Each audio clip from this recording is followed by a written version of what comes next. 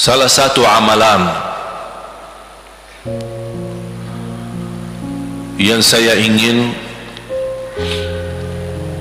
selain apa yang saya sampaikan, amalan ini mohon diberikan perhatian lebih banyak. Sederhana, mudah, tapi manfaatnya luar biasa.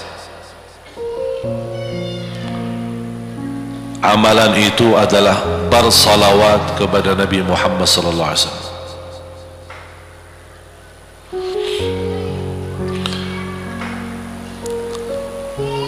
Kali ini saya tidak minta anda bersalawat seperti biasa.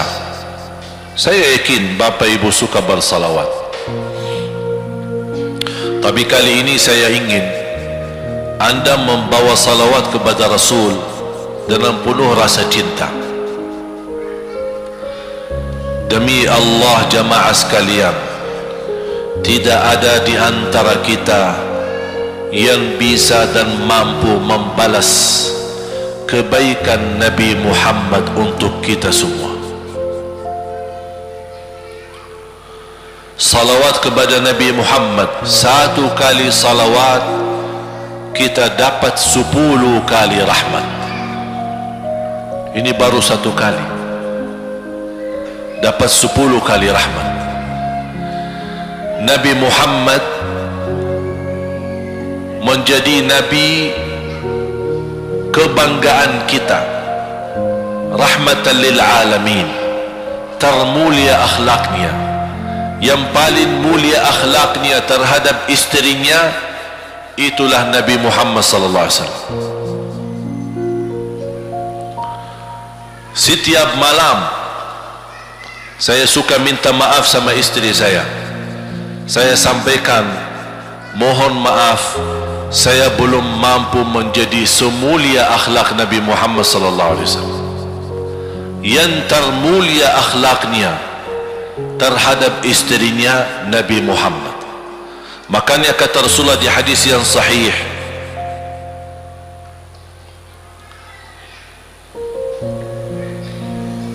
ahsanun nasi akhlaqan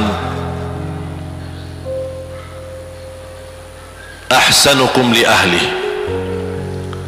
Yang paling laki-laki yang termulia adalah laki-laki yang termulia akhlaknya terhadap istrinya. Dan Rasul juga bersabda, dan akulah yang termulia terhadap istri-istriku. Nabi Muhammad itu bukan hanya dengan salawat kita dapat 10 kali rahmat, tapi kita dengan bersalawat kepada beliau dijamin kita dapat syafaat beliau di hari kiamat. Bahasa syafaat yang kita semua sudah tahu, semua berkeinginan mendapatkan syafaat, dan semua berdoa mengharapkan syafaat Nabi Muhammad sallallahu alaihi wasallam. Tapi Bapak Ibu belum tahu sejauh mana kemuliaan syafaat yang kita tunggu yang diberi nanti oleh Rasulullah sallallahu alaihi wasallam. Syafaat Nabi Muhammad sallallahu alaihi wasallam adalah langkah yang kita harapkan, bukan hanya umat Islam, bahkan seluruh umat, Yahudi, Nasrani, Buddha, Hindu, seluruh manusia di hari kiamat mengharapkan syafaatnya yang disebut dalam hadis asy-syafa'atul kubra, syafaat yang paling agung yang Allah izinkan Nabi Muhammad untuk diberi kepada seluruh manusia, yang Islam maupun yang tidak Islam. Karena di saat hari kiamat seluruh makhluk Allah subhanahu wa ta'ala, seluruh manusia, bahkan bangsa jin, semuanya berdiri habis dibangkit oleh Allah subhanahu wa ta'ala.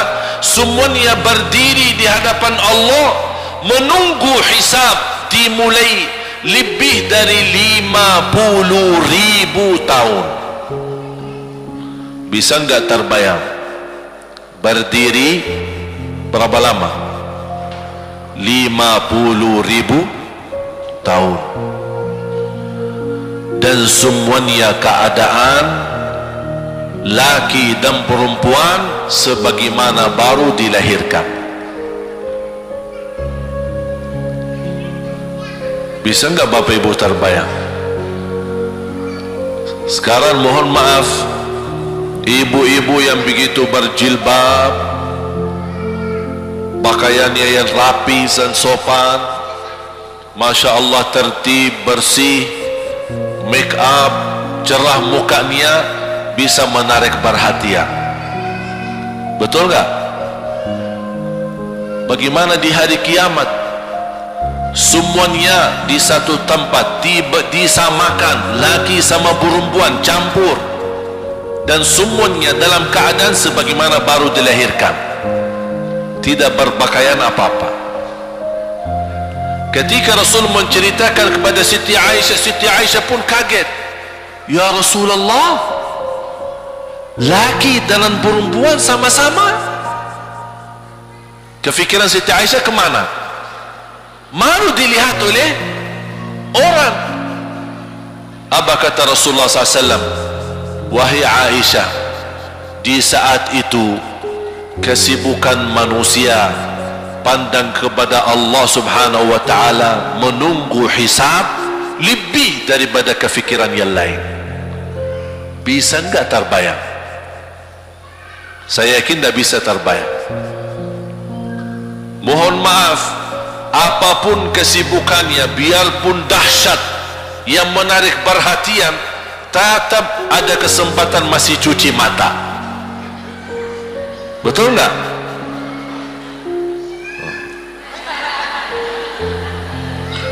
Tapi kalau di hari kiamat beda keadaan.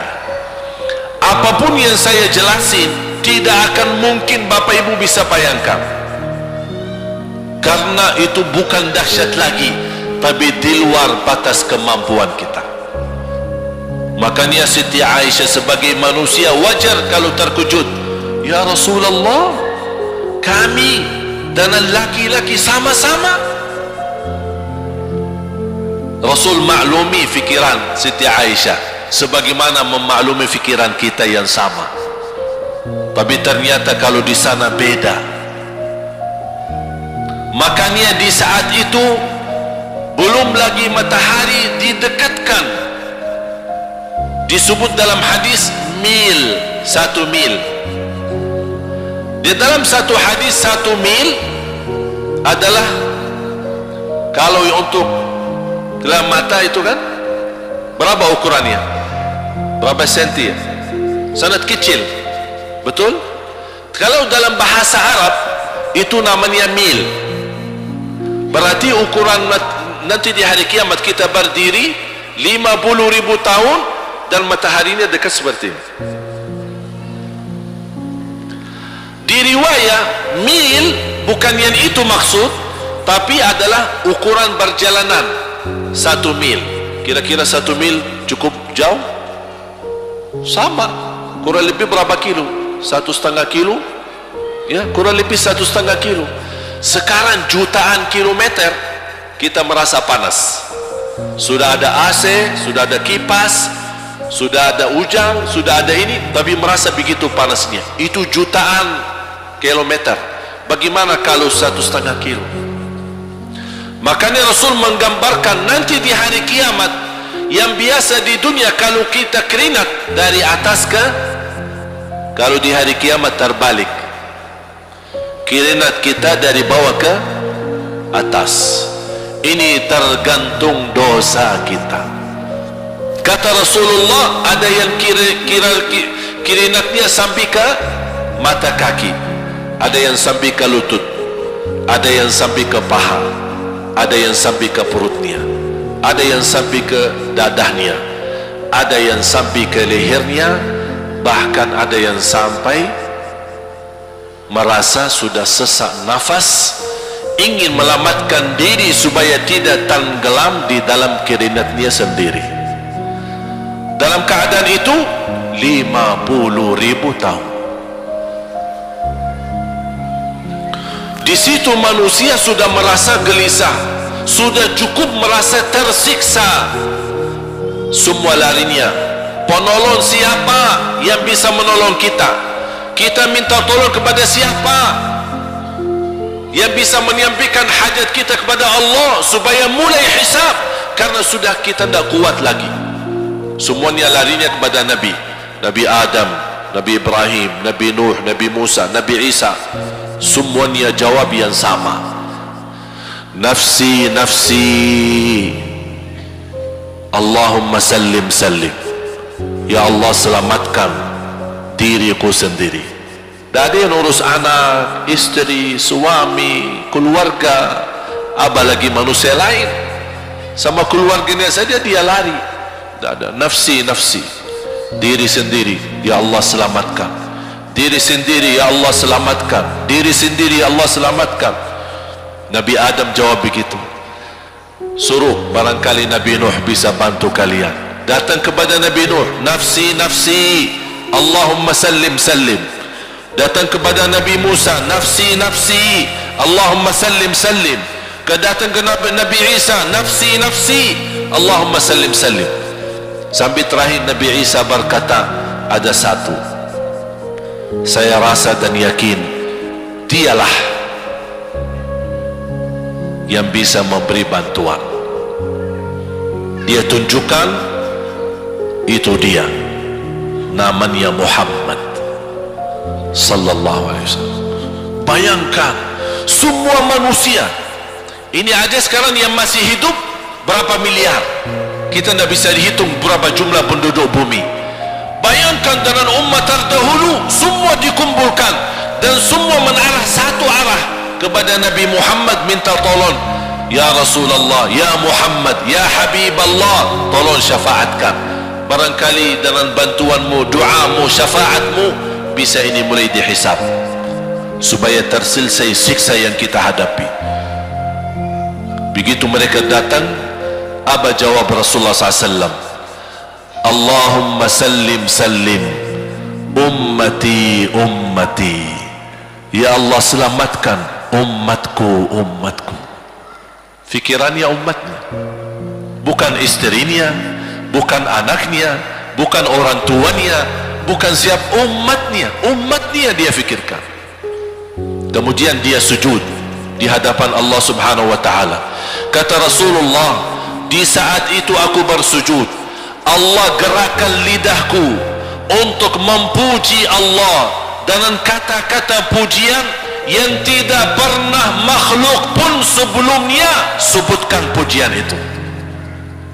Artinya pujian yang Allah anugerahkan untuk Nabi Muhammad, sebelumnya tidak ada satu makhluk pun yang bisa mengucapkan, hanya Nabi Muhammad, dan hanya di saat dia sujud di hadapan Allah di hari kiamat. Allah biarkan beberapa lama, habis itu Allah berkata, ya Muhammad, irfa' ra'sak wasal tu'ta washfa' tushaffa. Ya Muhammad, angkatlah kepalamu dan silahkan minta apapun, aku berikan. Silahkan beri syafaat kepada siapapun, aku terima syafaatmu. Langsung dia berkata, ya Allah, kasihan manusia, mohon segera dihisab. Baru mulai dihisab, turun kitab-kitab. Ada yang mengambil kitabnya dengan tangan yang kanan, itulah bahagia. Ada yang mengambil kitabnya dengan tangan kiri, dia berusaha sembunyikan tangan kirinya karena dia malu kalau kitabnya diterima dengan tangan kiri. Dia sembunyikan tangannya yang kiri ke belakang, larinya buku amalannya ke belakang dan langsung nempel di tangannya. Tak ada yang bisa lari di hari itu. Semua amalan, buku amalannya dibuka oleh Allah, dan akan Allah mulai menghisabkan kita satu persatu. Tak ada kelompok-kelompok. tidak ada bendera, tidak ada ormas, tidak ada kelompok, tidak ada pimpinan, masing-masing. Benderanya kita apa? Buku amal. Dan Allah manggil kita bernama satu-satu. Ibu, sini, datang. Kata Rasulullah sallallahu alaihi wasallam, yuhasibullahu al-abida laisa bainahu wa bainahu turjuman. Allah akan hisab hamba-hambanya satu demi satu, bersatu-bersatu, dan tidak ada penerjemah. Jadi tidak bagi terjemah, translate. Ya Allah, saya tidak mengerti bahasa Arab, saya tidak mengerti bahasa, ya Allah, gimana ini, saya butuh translate atau benacara supaya bisa bantu saya lulus dari hukum. Tidak ada. Yang hakim Allah, keputusannya Allah, yang menentukan Allah, mahkamah yang dikuasai Allah, hamba di hadapan Allah, saksi semua, tangan saksi, mata saksi, lidah saksi, kaki saksi, buku amal saksi, malaikat saksi. Bagaimana kita mau lari? Ditanya oleh Allah, hei hambaku, ingat gak di malam itu, di tempat itu, kamu berlakukan dosa itu? Seorang hamba yang masih memiliki iman, dia merasa dan ingat, dan dia merasa malu, dia tunduk kepalanya. Kata Allah, malu ya, malu, tunduk, ya malu ya Allah, malu, malu. Dan subhanallah, tanda rahmat Allah, ketika Allah bertanya dengan kita, tidak ada orang lain yang bisa lihat. Supaya apa? Supaya hisab kita di antara kita sama Allah tidak terbocor kepada orang lain, supaya tidak malu sama orang lain. Allahu Akbar. Habis kita sudah raku diri, ya Allah, saya ingat dan saya rasa salah dan saya malu. Apa kata Allah? Waktu itu kamu lakukan dosa itu, aku tutupi, aku tutupi, tidak ada yang tahu. Kita lakukan dosa ini udah sekian tahun, ada yang tahu nggak? Ada yang tahu, karena kita lakukan di saat sembunyi. Kata Allah, di saat itu kamu lakukan dan kamu tahu itu dosa, tapi aku tutupi supaya kamu jangan menjadi malu di depan keluarga atau di depan sahabat. Aku tutupi. Dan aku sekarang sudah menutupi dosamu di dunia, dan sekarang aku hapuskan dan ampuni dosamu di akhirat. Allahu Akbar. Disitulah terasa anugerah ampunan Allah yang maha kuasa. Dan Allah di saat itu mampu menghukum kita. Dan kalau Allah menghukum kita, Allah tidak pernah menzalimi kita. Justru itu keadilan Allah. Tapi Allah tidak memperlakukan keadilannya, justru yang mendahulukan ampunan dan kasih sayangnya. Habis selesai hisab, harus semua tanpa kecuali liwati neraka jahannam di atas sirat. Sirat yang panjang, yang kejam seperti pedang, yang tipis sampai tidak bisa dilihat oleh mata. Katanya tipisnya seperti, subhanallah, imam bisa jalan di atas rambutnya. Kejam lagi, masuk di atas serat, terus jalan. Di saat itu ada doa yang ia melamatkan kita sampai menuju surga. Nabi Muhammad sallallahu alaihi wasallam, dia sudah duluan. Kalau Sayyidina Abu Bakar perjalanan di atas sirat disebutkan 100 tahun, tapi Sayyidina Abu Bakar satu langkah di atas sirat, langkah kedua di depan pintu surga. Dahsyat. Ini Sayyidina Abu Bakar seperti itu. Bagaimana Rasul? Rasul sudah menunggu di depan. Mulai manusia satu persatu jalan di atas sirat, dan Rasul di saat itu sibuk berdoa, Allahumma sallim sallim, ya Allah selamatkan umatku, ummati ummati ummati ummati, sampai mereka terselesai. Sampai di situ saja. Sebelum masuk surga ada berita gembira untuk umatnya Nabi Muhammad sallallahu alaihi wasallam.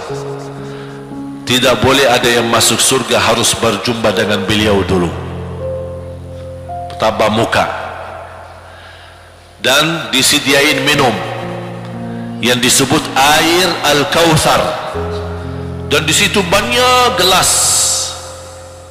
Tinggal kita ambil gelas dan minum. Begitu kita mau ambil gelas dan minum, datang Rasul, jangan, kamu minum langsung dari tanganku sendiri. Barang siapa yang minum dari tanganku tidak akan haus selama-lamanya. Allahu Akbar. Di situ terasa kemuliaan. Begitu kebahagiaan kita bertemu dengan Nabi Muhammad dan bisa langsung minum dari tangan Nabi Muhammad sallallahu alaihi wasallam. Bukan hanya begitu saja, bahkan Nabi Muhammad memegang tangan kita, mengajak kita masuk 8 pintu surga. Ada 8 pintu. Rasul bersabda, satu pintu luasnya seperti antara langit dan bumi. Satu pintu antara langit dan bumi luasnya. Dan kata Rasulullah, di saat itu akan manusia gesa-gesaan untuk masuk surga. Itu tanda apa? Banyak yang akan masuk. Mudah-mudahan kita terhitung dari yang banyak. Begitu ahli surga masuk, kira-kira Rasul berhenti? Ahli surga sudah masuk, sudah aman? Tidak. Rasul balik lagi, keluar dan menuju dari langkah sirat yang pertama, melihat ada enggak ternyata ada di antara umatnya yang tersisa, yang dosanya terlalu banyak, gesak-gesaan di jalan, merangkak di jalan sampai jatuh di dalam neraka. Rasul mana mereka? Masuk ke neraka. Kata Allah subhanahu wa ta'ala melihat keadaan Nabi Muhammad SAW, apa yang dibutuhkan lagi? Kata Rasul, ya Allah, saya tidak akan puas masuk surga sampai hamba-hambamu yang ada di neraka, umatku, diselamatkan. Allah subhanahu wa ta'ala mengizinkan Nabi Muhammad keluarkan dari neraka. Dia keluarkan. Sudah cukup ya Nabi Muhammad? Tidak cukup ya Allah, masih ada lagi. Diambil lagi, dikeluarkan, diambil lagi, dikeluarkan. Artinya dari umat Nabi Muhammad yang masih banyak dosanya, yang masih banyak kelewatannya sama Rasulullah, yang tidak pantas memberi kemuliaan kepada Rasulullah SAW, dapat pula syafaatnya Nabi Muhammad. Yang tidak pernah memberi tanda sayang dan cinta kepada Rasul, dapat rasa sayang dan cinta Nabi Muhammad SAW. Sambil kata malaikat Jibril, demi Allah saya melihat Nabi Muhammad mengambil manusia dari neraka Jahannam, diselamatkan dari siksa dan membawa mereka ke surga. Kata malaikat Jibril, sambil aku kira tidak ada lagi yang tersisa di neraka Jahannam, saking banyaknya yang dikeluarkan oleh Rasul. Itu syafaat Rasul sallallahu alaihi wasallam. Oleh karena itu jamaah sekalian, ini yang saya ceritakan. Saya mohon kalau anda lagi bersalawat, ingat itu semua. Nabi Muhammad bukan Nabi yang biasa. Nabi Muhammad adalah Nabi yang penolong kita nanti di hari kiamat. Seandainya kita masuk neraka Jahannam, masih ada harapan kita dapat syafaat Nabi Muhammad SAW.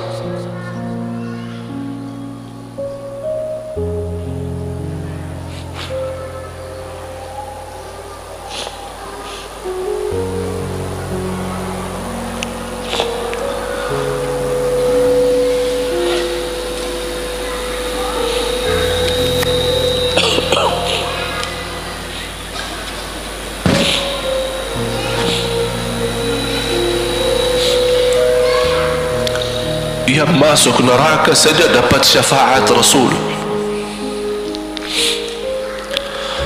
Jadi sejauh mana kita bisa mencintai beliau, sejauh mana kita minat mempelajari kehidupan beliau, sejauh mana kita mengenal sunnah-sunnah beliau.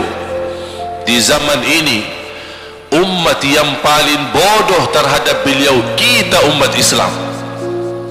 Kita umat Islam banyak hal yang tidak tahu tentang beliau, tidak tahu bagaimana perjuangan beliau, bagaimana doa beliau untuk kita, bagaimana kesedihan beliau kalau ada di antara kita yang kena musibah atau keburukan, apalagi masuk neraka. Siti Aisyah radhiyallahu anha,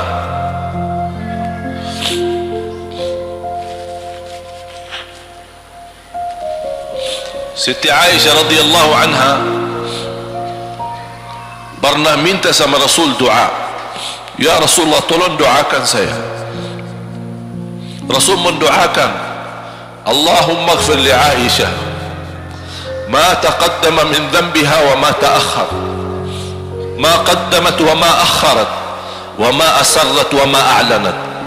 Ya Allah, ampunilah dosa-dosa istriku Aisyah, dosa yang lama, dosa yang baru, dosa yang terang-terangan maupun dosa yang tersembunyi. Siti Aisyah mengaminkan doa Nabi Muhammad dan menangis dan bangga dan senang. Saking senangnya, saking bahagianya, dia tertawa sambil Rasul melihat Siti Aisyah. Senang wahai Aisyah? Apakah kamu senang dengan doaku? Kata Siti Aisyah, bagaimanakah aku tidak senang? Aku justru merasa bahagia dengan doamu untukku ya Rasulullah. Apa kata Rasul? Ketahuilah wahai Aisyah, ketahuilah doaku yang baru ini untukmu, itulah selalu doaku untuk umatku di setiap salat.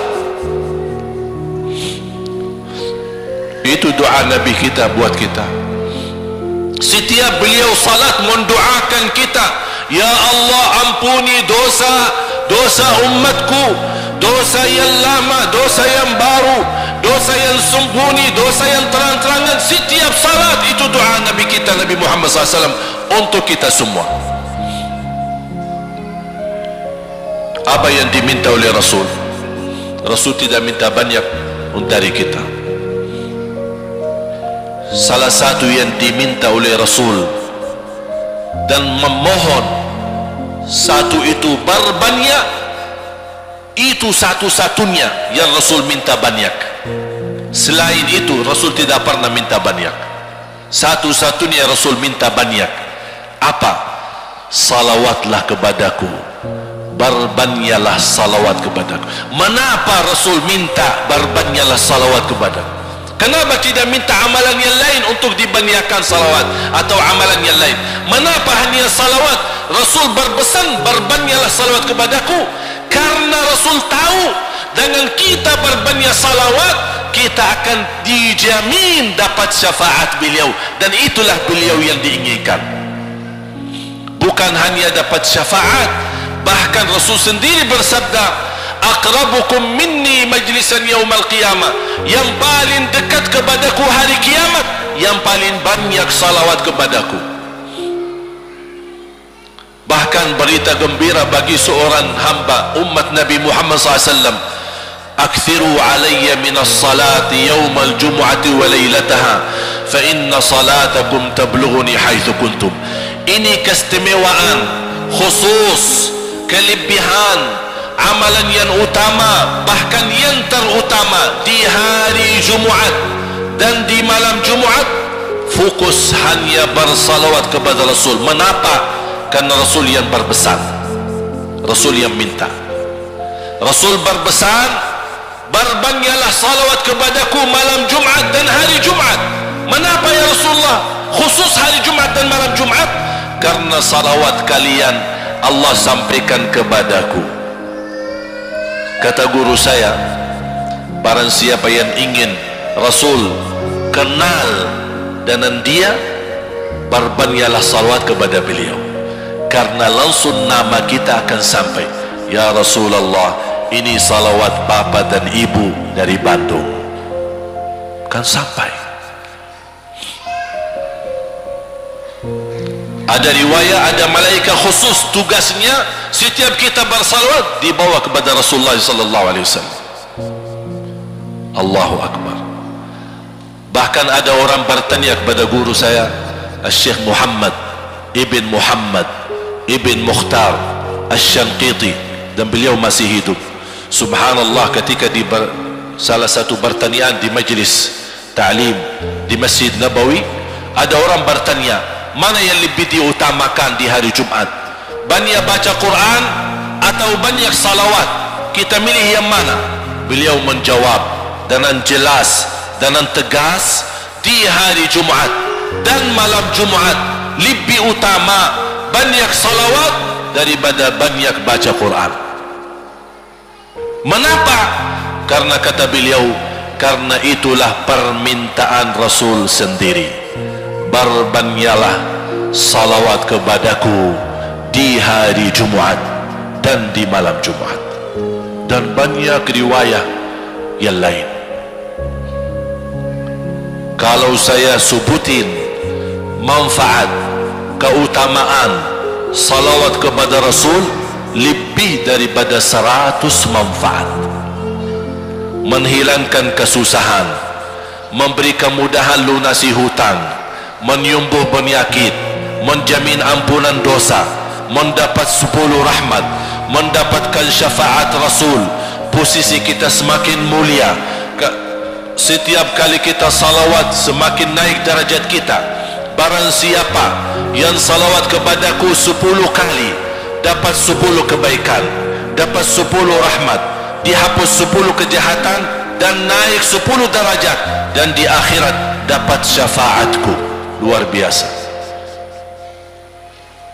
Hadis yang terakhir, Ubay bin Ka'ab radhiyallahu anhu berkata, ya Rasulullah, aku suka berdoa.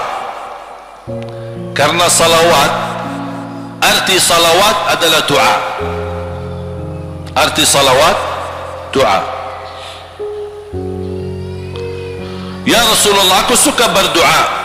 Berapa dari doaku saya jadikan untukmu? Artinya berapa persen ya? Kalau bahasa kita, berapa persen kira-kira? Kalau misal saya doa 10 menit, berapa menit untuk Rasul, dan yang sisanya buat aku.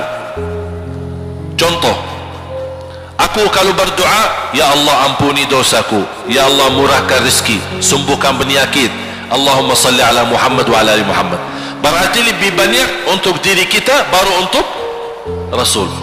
Sahabat itu ya Rasulullah bertanya, ya Rasulullah, berapa bagian dalam doaku saya jadikan untukmu? Apa kata Rasul? Kata Rasulullah SAW, ma syi'ta wa in zidta fa huwa khairul lak. Ya terserahmu, mau doa bagaimana untukku, ya terserahmu, tapi semakin banyak untukku, semakin banyak manfaatnya untukmu. Apa kata sahabat? Ya Rasulullah, saya akan jadikan separuh doaku hanya salawat kepadamu. Artinya kalau saya doa 10 menit, 5 menit salawat dan 5 menit doa untuk diriku sendiri. Apa kata Rasulullah? Terserahmu, wa in zidta fa huwa khairul lak. Kalau kamu berani tambah, itu jauh lebih baik untukmu. Tawar menawar sama Rasulullah SAW, sampai di ujung hadis beliau berkata, ya Rasulullah, saya janji doaku semuanya untukmu. Artinya apa? Kalau dia angkat tangan berdoa, tidak satu pun minta buat dirinya. Bismillahirrahmanirrahim. Allahumma salli ala Muhammadin wa ala ali Muhammad. Allahumma salli ala Muhammadin wa ala ali Muhammad. Allahumma salli, sampai selesai. Tidak minta ampunan, tidak minta rezeki, tidak minta sehat, tidak minta keturunan, tidak minta apa-apa. Hanya fokus dengan salawat. Karena dengan salawat, apa yang kita niatkan terkabul.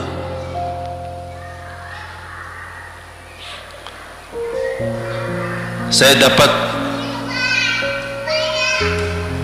dari guru saya, nanti saya akan ceritakan bagaimana cara berdoa. Kata sahabat, ya Rasulullah, saya akan jadikan doaku hanya salawat kepadamu. Apa jawab Rasulullah SAW? Idzan taf'al yukfa hammuk wa yughfaru dhanbuk wa tuqda hajatuk. Kalau kamu lakukan hanya doamu, hanya salawat kepadaku, akan dihilangkan segala kesusahan, diampuni segala dosa, dan dikabulkan segala hajat. Kata ulama, apa yang diharapkan oleh manusia? Hidup di dunia tambah susah dan hidup di akhirat tambah dosa. Betul? Itulah kita dapat dengan salawat kepada Nabi Muhammad SAW. Berdoa, ketika anda berdoa, contohnya seperti ini. Setiap anda berdoa, biasa mulai dengan bismillah dan memuji Allah Subhanahu wa ta'ala. Cukup satu kata memuji Allah dalam segala pujian, alhamdulillahi rabbil alamin. Segala puji bagi Allah. Ini mewakili semua pujian yang lain. Asmaul husna, segala sifat agung, segala kemuliaan diwakili oleh satu kata, alhamdulillahi rabbil alamin. Kata sederhana, kata tidak terlalu panjang, tapi maknanya sangat luas. Oleh karena itu boleh diulangi berkali-kali, alhamdulillahi rabbil alamin, alhamdulillah, sampai benar-benar merasa di hati. Karena ini ucapan mewakili segala pujian yang kita ingin sampaikan kepada Allah. Karena ada pujian yang kita ingat, ada pujian kata-kata yang kita tidak hafal, dan alhamdulillahi rabbil alamin mewakili segala pujian kepada Allah Subhanahu wa ta'ala. Kemudian bersalawat, Allahumma salli ala Muhammadin wa ala ali Muhammad kama sallaita ala Ibrahim wa ala ali Ibrahim innaka Hamidum Majid. Silahkan doa, ya Allah, ampunilah dosaku. Allahumma salli ala Muhammadin wa ala ali Muhammad.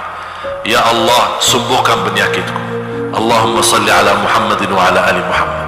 Ya Allah, berikan kepada aku anak yang salih salihah.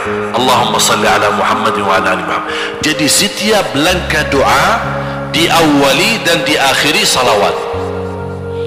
Faham? Subhanallah, wallahi dahsyat. Saya tidak bisa cerita apa lagi. Mau cerita apa lagi? Wallahi dahsyat. Saya tidak pernah istiqamah mengamalkan doa seperti ini. Alhamdulillah, selalu terkabul.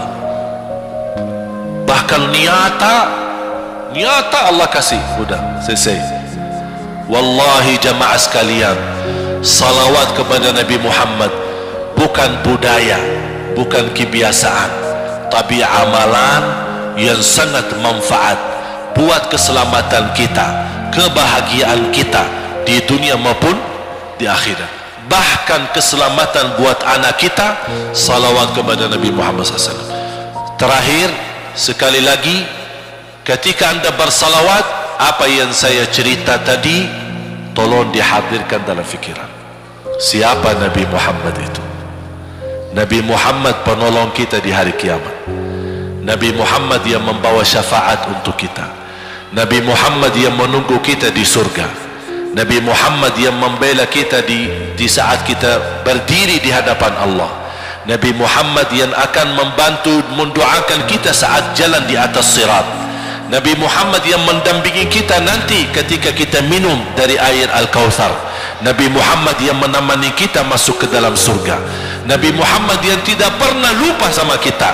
Makanya ketika anda bersalawat dan membawa perasaan dan membawa penghayatan ini, insyaallah jemaah sekalian akan terasa, ya Allah, ternyata indahnya salawat kepada Rasul, karena sudah kontak di hati.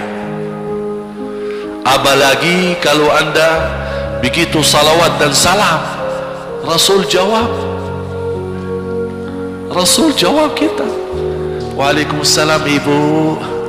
Tapi cuma kita tidak dengar. Dia dengar salawat kita, dia dengar salam kita, tapi kita tidak mendengar jawab beliau. Allahu Akbar.